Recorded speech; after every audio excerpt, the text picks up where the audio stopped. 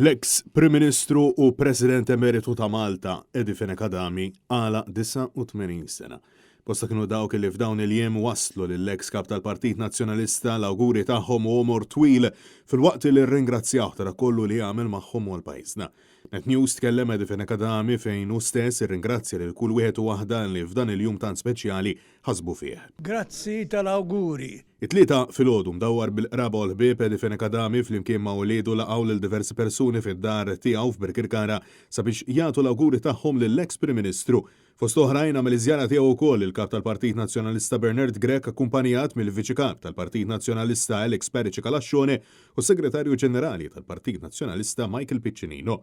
Bernard Grech qar illi jum bħal dan huwa opportunità sabiex il-poplu iwassal messaġġ ta' gratitudni lil Edifene Kadami. Illum huwa ġurnata speċjali u l-eluq snin persuna ġgant politiku li ta' ħafna lil pajjiżna u illi rrid ngħid illi li personalment fetaħ li l-bieb għall-edukazzjoni fl-Università fost oħrajn.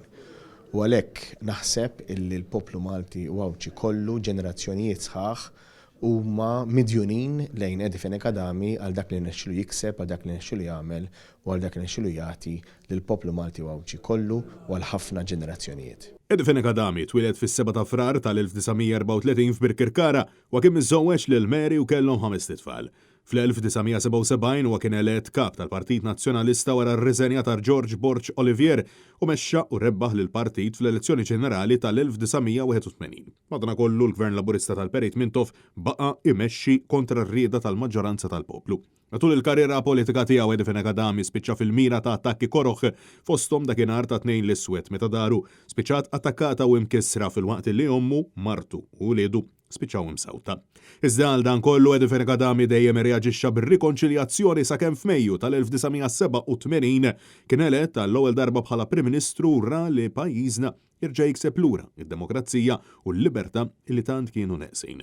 Edifene Kadami reġa' kien elett Prim Ministru fl-1992, fl-1998 u fl-2003. Matul dawn is-snin u ħadem flimkien ma' politiċi kbar oħrajn tal-Partit Nazzjonalista fosthom Guido De Marco biex pajjiżna seta' jsir membru sħiħ tal-Unjoni Ewropea. Edifene Kadami serva wkoll għal 5 snin bħala President ta' Malta sal-2009 biex temm il-karriera tiegħu fix-xena pubblika fl-ogħla kariga tal-pajjiż.